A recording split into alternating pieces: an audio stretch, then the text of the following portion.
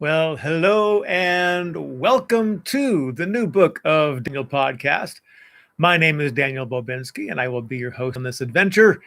And we're talking about issues in the news from a patriot's perspective, as is my custom to do that. Again, my name is Daniel Bobinski, and you can feel free to contact me anytime on social media with the new book of Daniel.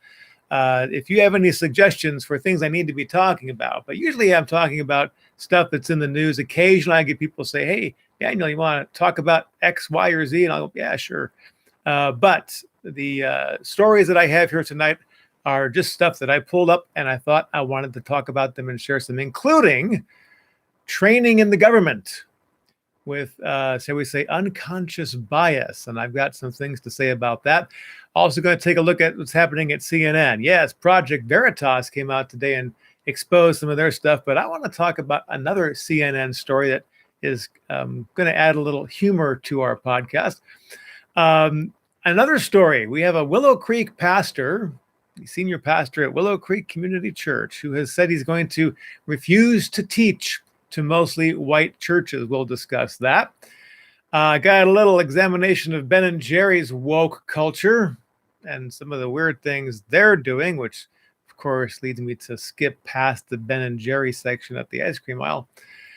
And then lastly, we're going to take a look at Joe Biden's rather pricey assistance for people who've crossed into our country illegally.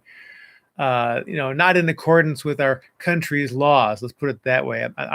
We're not supposed to use that I word anymore. So we'll just say the fact that they've crossed into our country illegally. And we'll talk about what kind of money Uncle Joe is spending for us there. Anyways, first story up has to do with our government training, unconscious bias, and Marxist indoctrination. This article is coming from Stu Swerk over at uncoverdc.com. My colleague over there, Stu, a great writer, ex-Navy, as am I. And he's got this great piece talking about how unconscious bias is not new. He says on August 18th of 2011, a turning point in the history of American Republic. It was the date on which Barack Obama signed Executive Order 13583, establishing a coordinated government-wide initiative to promote diversity and inclusion in the federal workforce. He says this executive order formalized required training throughout the federal government, all of which was derived from academic theories associated with cultural Marxism, critical theory, intersectionality, social justice, and other theories that attack the institutions of Western culture. This is also something that I was introduced to when I was working on my doctorate at the University of Idaho. One of my professors was showing me all of this new research that we're supposed to use called critical theory. And I said, well, what exactly is critical theory? And this was a one-on-one meeting that I had with one of my professors. And she was explaining, critical theory is when you look at, like for critical race theory, is when you look at the world through the eyes of an oppressed Black person. And I'm thinking, this is a method by which one would write a dissertation, is critical theory? And she said, oh, yes, it's a very valid method of research. And what other kinds of critical theory are there? Well, she says, well, there's feminist critical theory. And what's that? For feminist critical theory is looking at the world through the eyes of an oppressed woman. So a feminist perspective of the world. Oh, okay.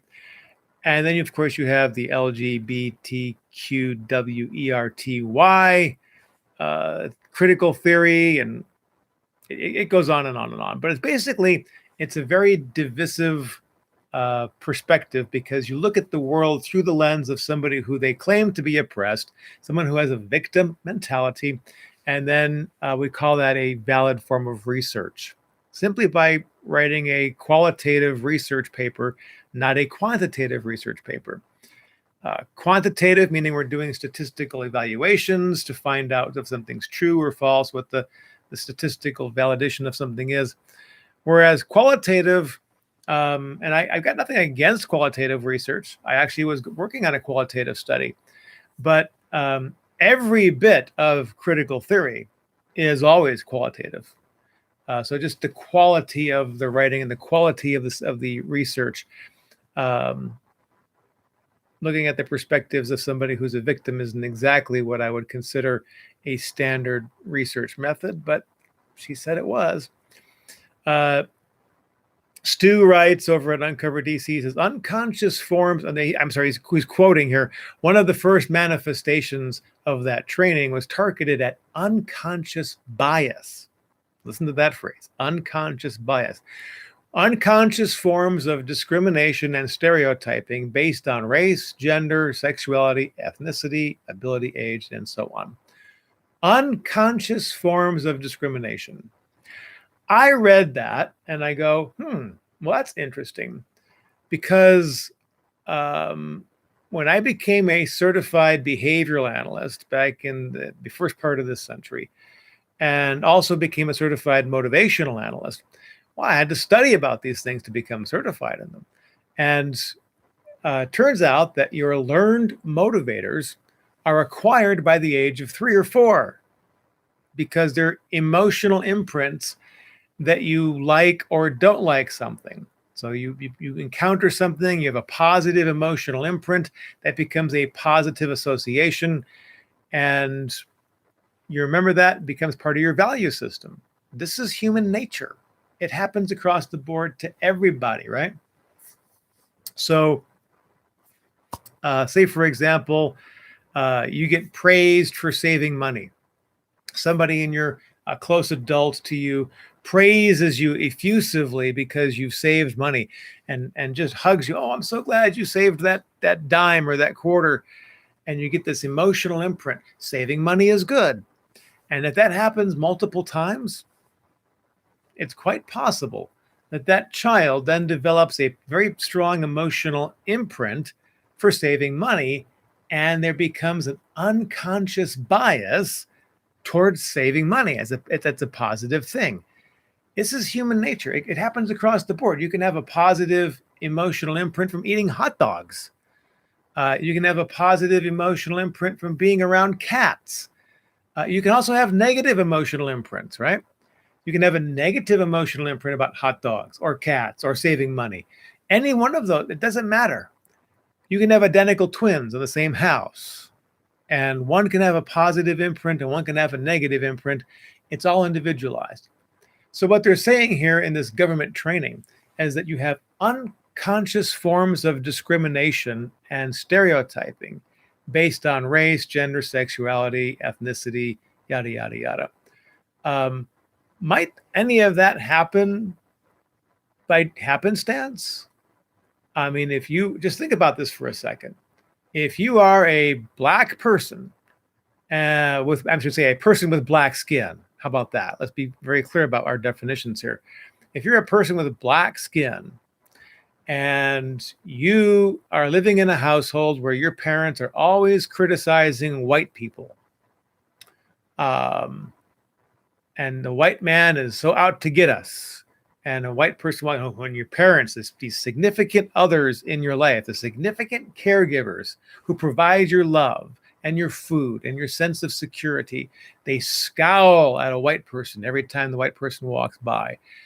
I'm going to wager big money that that person is going to have a negative emotional imprint about white people.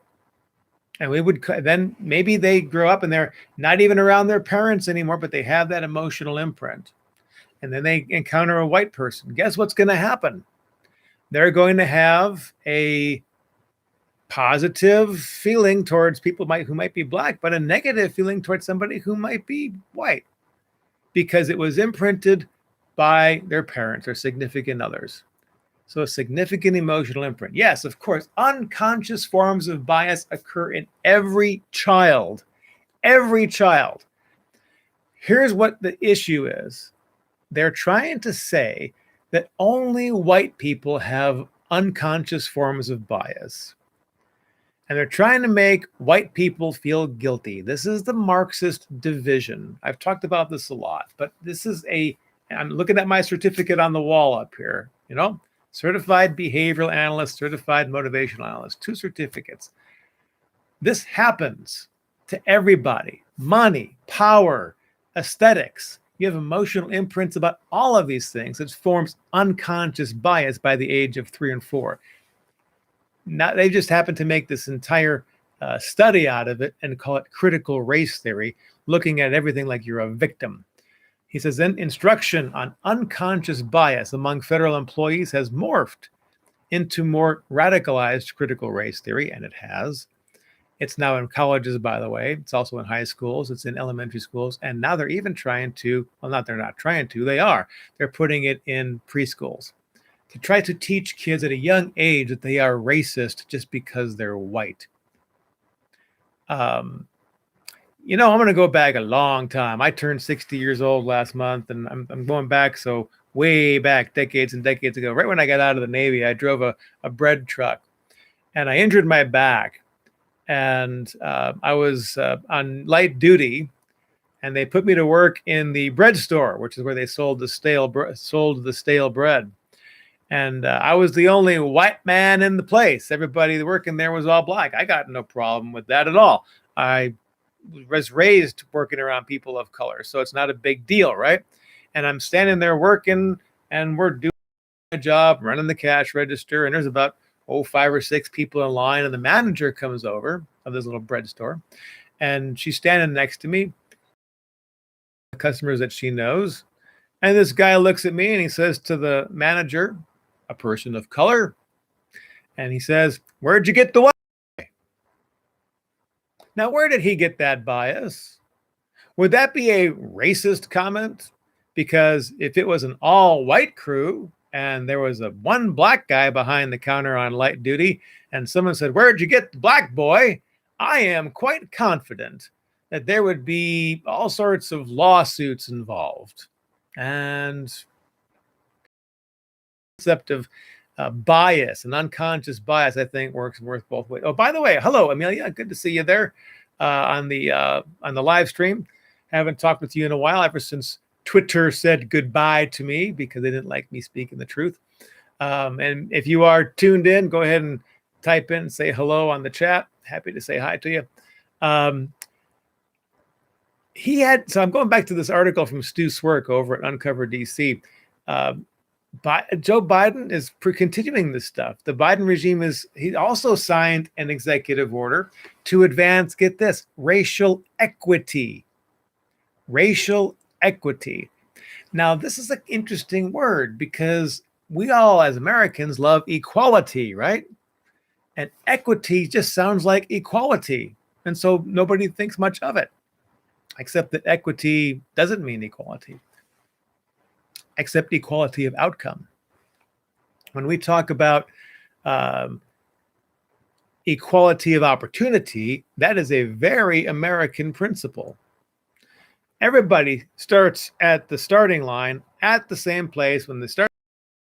Bang, fire gun. Everybody has the same equality of opportunity. Y'all get a chance to start at the starting line. But what equity means is that everybody has to finish at the same time. Nobody can come in first. Nobody can come in second. Equity teaches that we all finish at the finish line simultaneously. That is not an American concept. That is a Marxist concept. That is a socialist Marxist mindset. So when Joe Biden is signing an executive order saying we need racial equity, no, Joe, we don't. That is a Marxist mindset. Take that and shove it in your left ear. All right, I'm going through this article. I'm just going to recommend, for lack of time, for you to go take a look at Stu Swerk's article over at Uncover DC. He talked, because Stu also did some instructing while he was in the Navy. And of course, if you've been watching my podcast, I've got all 3 of my degrees are in how people learn. But there's something here that Stu spoke about. I want to get to all this unconscious bias crap just bothers me. And yet that's what's being taught in our schools. It's amazing how much people just accept it, that this is true. And it's not true. But it's true because somebody in quote unquote authority says it's true. Nah, it's not true. Here's a part that Stu was writing about. He says, critical race theory, intersectionality, and the more watered down Marxist phrases like unconscious bias, inclusion, and diversity are aimed at promoting divisiveness and self-doubt in the federal workforce while destroying team cohesion, personal readiness, morale, and basic good order and discipline needed to fully execute agency missions. He says this alien Marxist indoctrination needs to be torn out of the federal government by the roots, and indeed from every institution in America, if our constitutional republic is to be saved. Amen, Stu. Here in Idaho, we have 4 public universities. And there's recently been a lot of stirring because people have been coming to the legislators, like students have been coming and saying, hey, we're being harassed because we're white. We have to take these mandatory classes on social justice, and we're being harassed and ridiculed and mocked. And the legislature has said no to the budget for these public universities. They've kicked back the bill and they said, no, we're not funding this. We're not signing this bill. You cannot get this money if you are going to be teaching this critical race theory. Until you get this all cleaned up in our schools, we're not funding you. So right now, I think they've kicked it back twice now, that they have said, no, we're not going to give you your millions or billions of dollars, whatever it is, for education for these public universities until you get rid of all this critical race theory, social justice crap out of the universities. At Boise State, and if you can, and you can, this is a free download. You can go to idahofreedom.org. I believe that's the website for the Idaho Freedom Foundation. So if that's not the right website, you can go look up Idaho Freedom Foundation, and there's a free report that they published. They did an analysis. One of the professors at Boise State and then the educational analyst for the Idaho Freedom Foundation did a study of social justice teaching at Boise State University. And they wrote a very nice, very easy to read report. And they published it for free at the Idaho Freedom Foundation. You can go download that for free as a PDF. And in that article, in that report, you will find that Boise State University requires 4 different social justice classes in order to graduate. And these are all about, like what we're talking about, this critical race theory and this equity type stuff. And these people are getting ridiculed, absolutely ridiculed, just because they're white. It's crazy. So get that and pass it around, and I'm going to bet that your universities have very similar things. Interestingly enough, Boise State does not require any classes on the Constitution. No government classes at all required to graduate from Boise State. But you do have to have 4 different social justice classes. All right, let's move on to my next story, which is CNN. Now, as I mentioned at the top of the show, the Project Veritas, James O'Keefe's organization, did a little more expose. They got on video people from CNN saying that their objective was to get Trump out of office.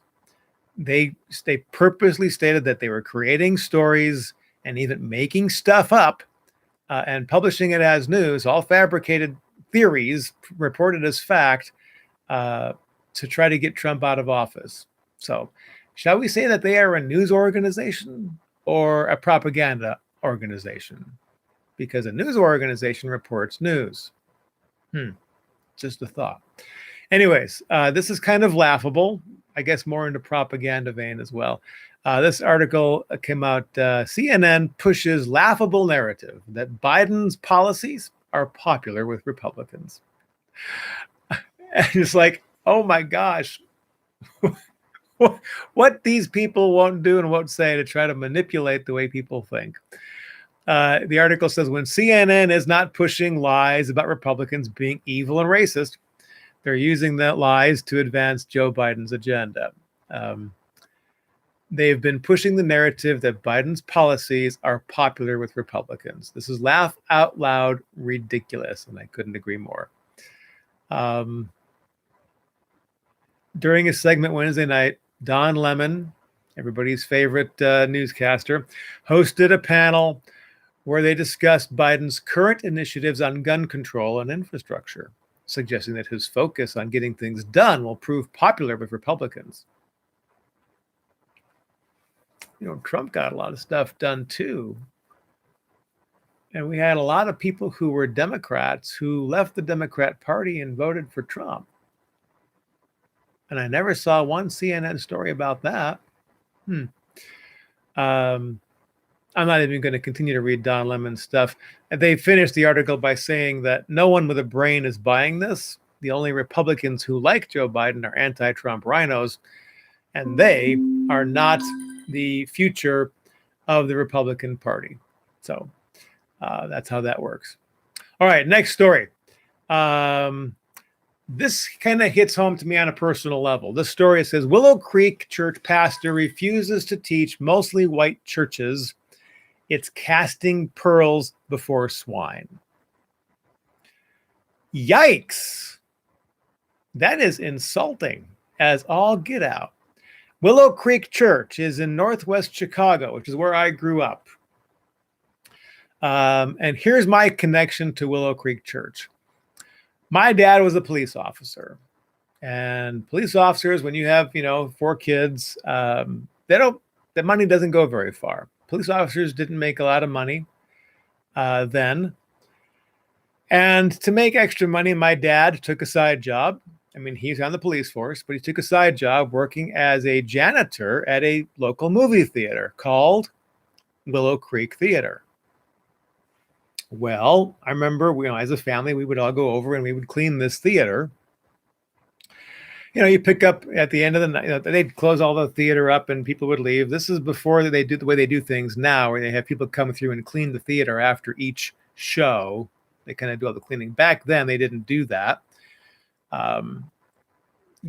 They may have picked up some of the big stuff, but we would come through in the morning after the midnight shows, and we would sweep the theater and pick up all the stuff and clean the bathrooms and vacuum and clean the glass and all that stuff, and typical janitorial work.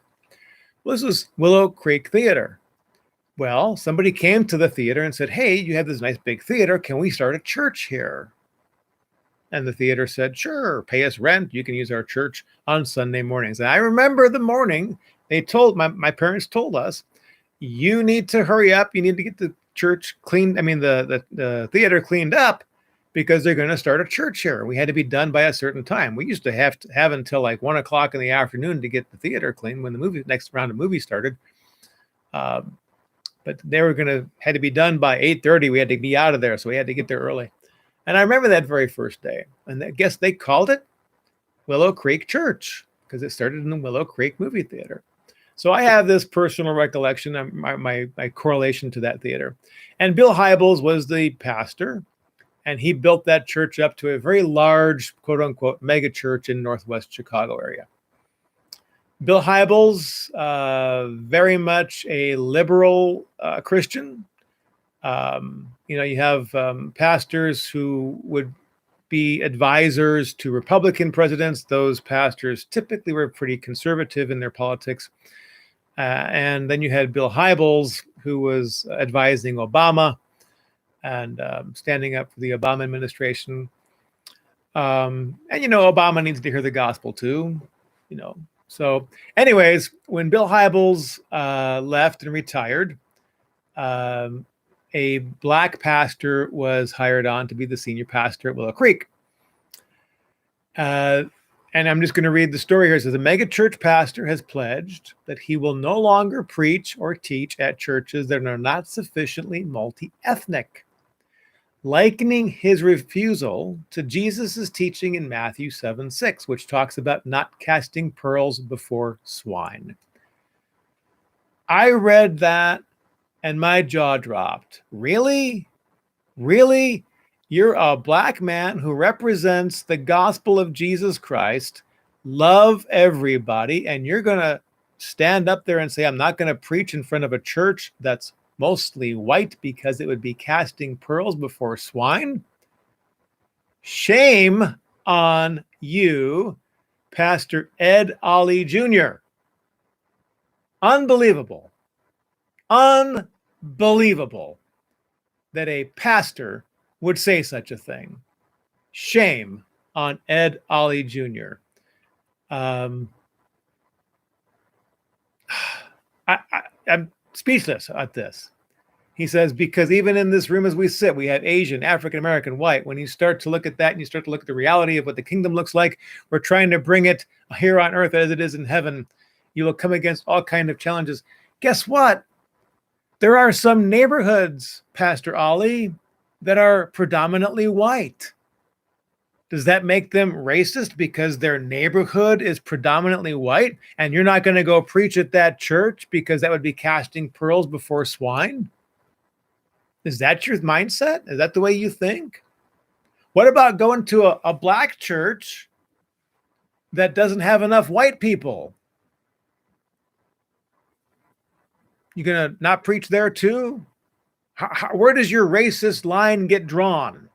I'm flabbergasted by this unbelievably, I'll call it racist mentality coming from a pastor. You go to church, people are people. God looks at the heart, not the outside, right? That's in scripture too, Pastor. I don't hear you saying that. I better shut up before I get myself in trouble. Story number 4. Here is why I walk past Ben & Jerry's when I'm buying ice cream for my family. I never buy Ben & Jerry's anymore. Ben & Jerry's woke cream, not ice cream, woke cream, calls for a complete dismantling of police after the Daunte Wright killing.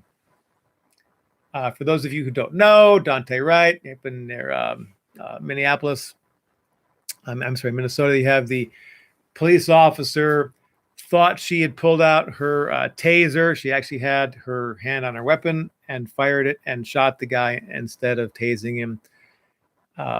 It says here, for years, Ben & Jerry has been known as the far left progressive company.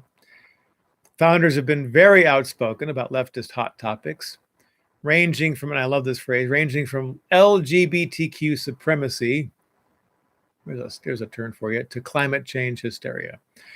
Now they're going further by saying many in the Black Lives community should be calling for the complete dismantling of America's law enforcement. They tweeted, this system cannot be reformed. It must be dismantled and a real system of public safety built from the ground up. He's saying that racism exists throughout America in the police force. Wow. Again, this is critical race theory. Everything is a victim, right? It was an accident. Police officer Kim Potter thought she was pulling out her taser, actually pulled out her firearm. She shot Wright, who was fleeing from police, who were about to enforce an arrest warrant against him. Sad, tragic, right? Mistakes happen in police work. Mistakes happen in every job. But to blame that on systemic racism in the police force, no. Always going to be mistakes. This is often with fatal consequences that are made by police officers who are constantly faced with difficult situations as they try to preserve the peace. Just try to be a police officer. Think about it for a second.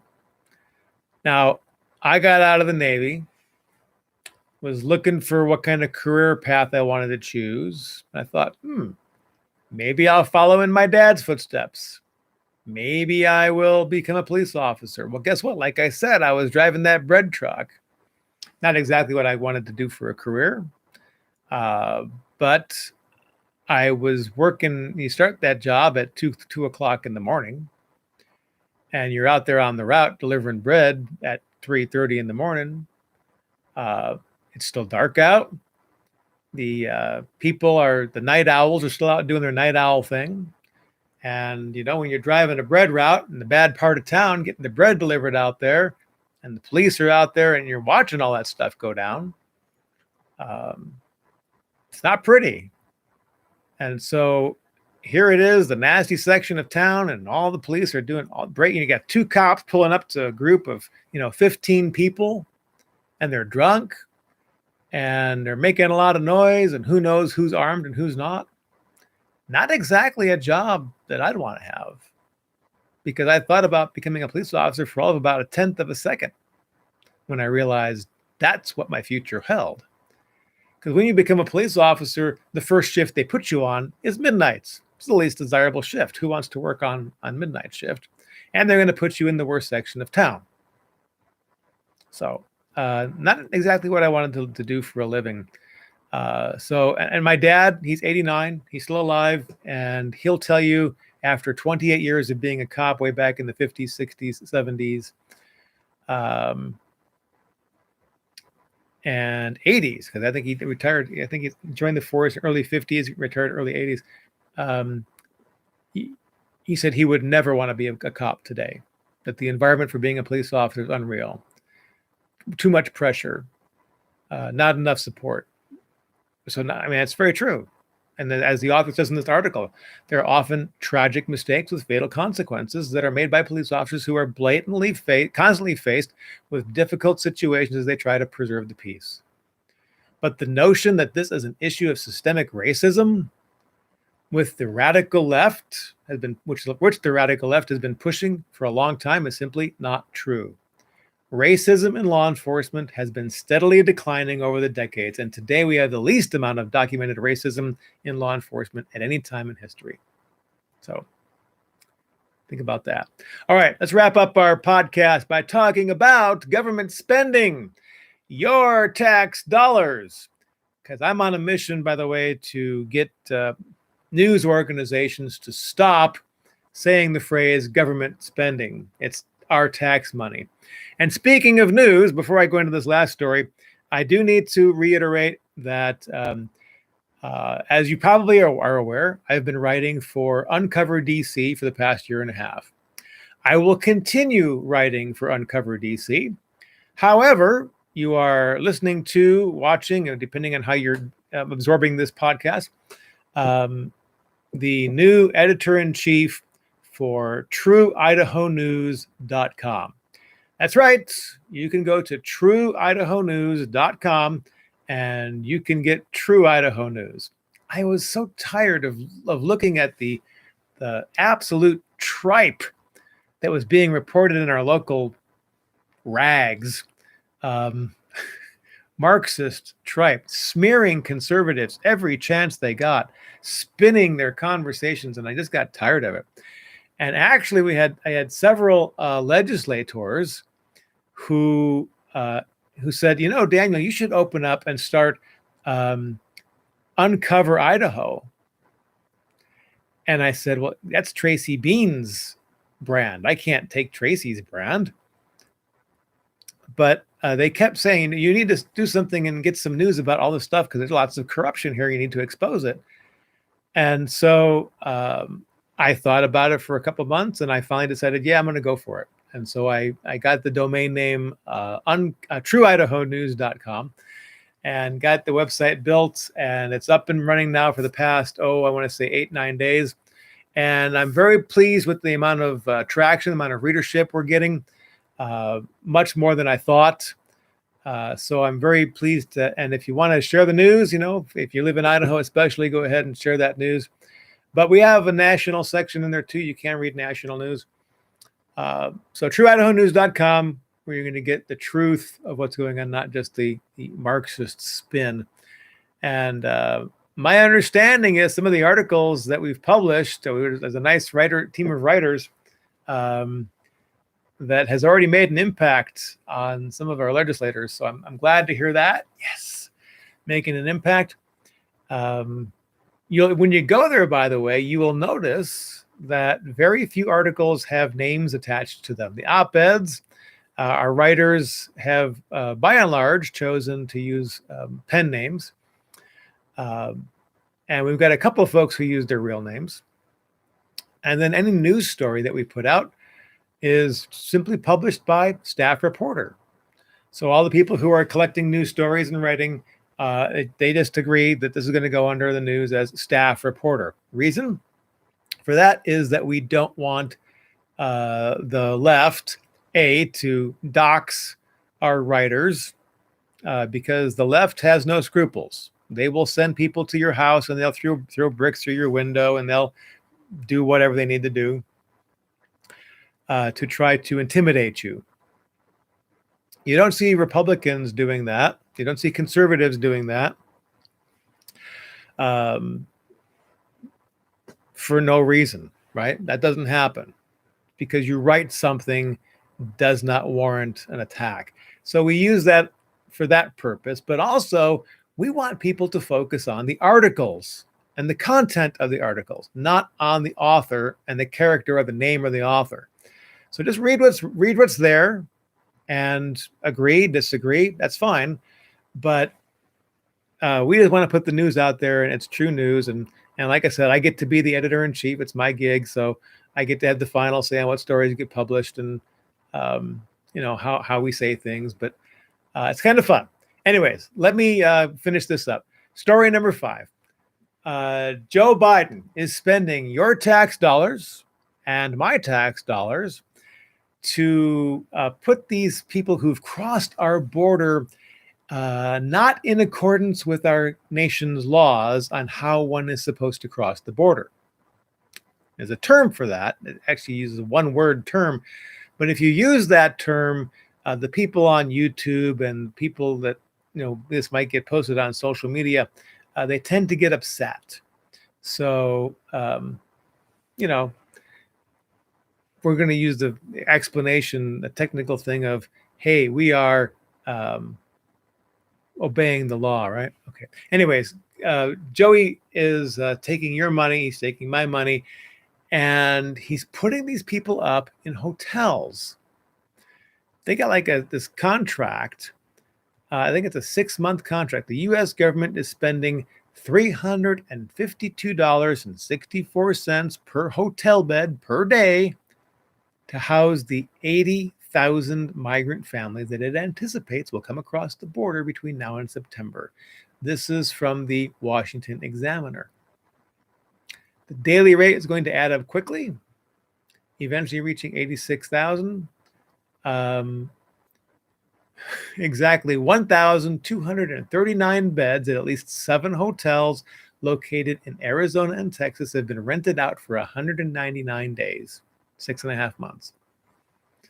That's right, your tax dollars, to the tune of $324 a night, to put up people who have entered our country in violation of our nation's laws.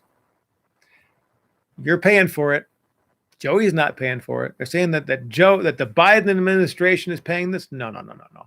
The Biden administration does not do anything to earn money.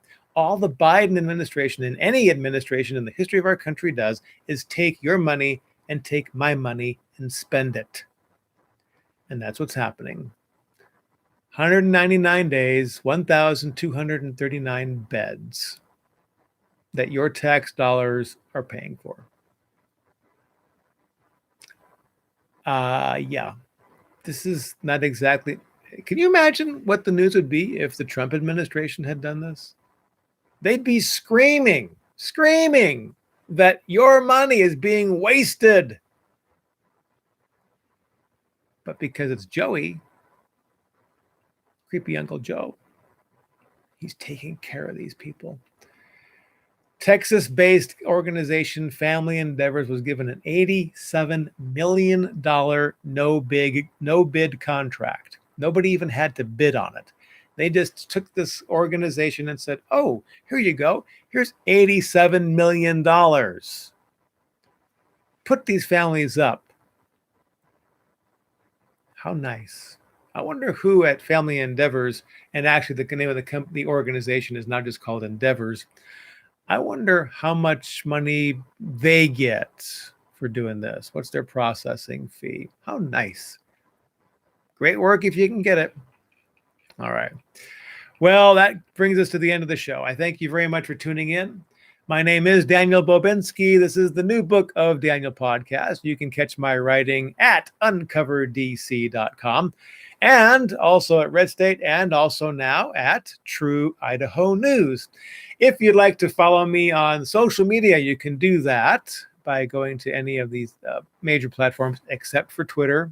Twitter said bye-bye to the New Book of Daniel. But you can just look up New Book of Daniel on Facebook or Gab or MeWe, and you can find me there. Let's see. Of course, if you're watching this and you're not subscribed, you're probably going to want to do that and say subscribe and then click the little bell, because then when I do these live streams, which is never at the same time each week, then you're going to get notified, say, hey, Daniel's doing a live stream, go watch. Or when I upload something new. And I got a couple of cool articles, a couple of cool interviews coming up that I've actually already conducted and just have not had time to edit down. So my schedule has just been packed getting this new website going. So anyways, I just want to thank you very much for tuning in. We got an exciting week coming up here. I pray that your week is also exciting and fun, and that you let your face be seen and let your smiles be seen so that people know that you are a real human being, that you're not a robot. So with that, I say until the next time, be blessed.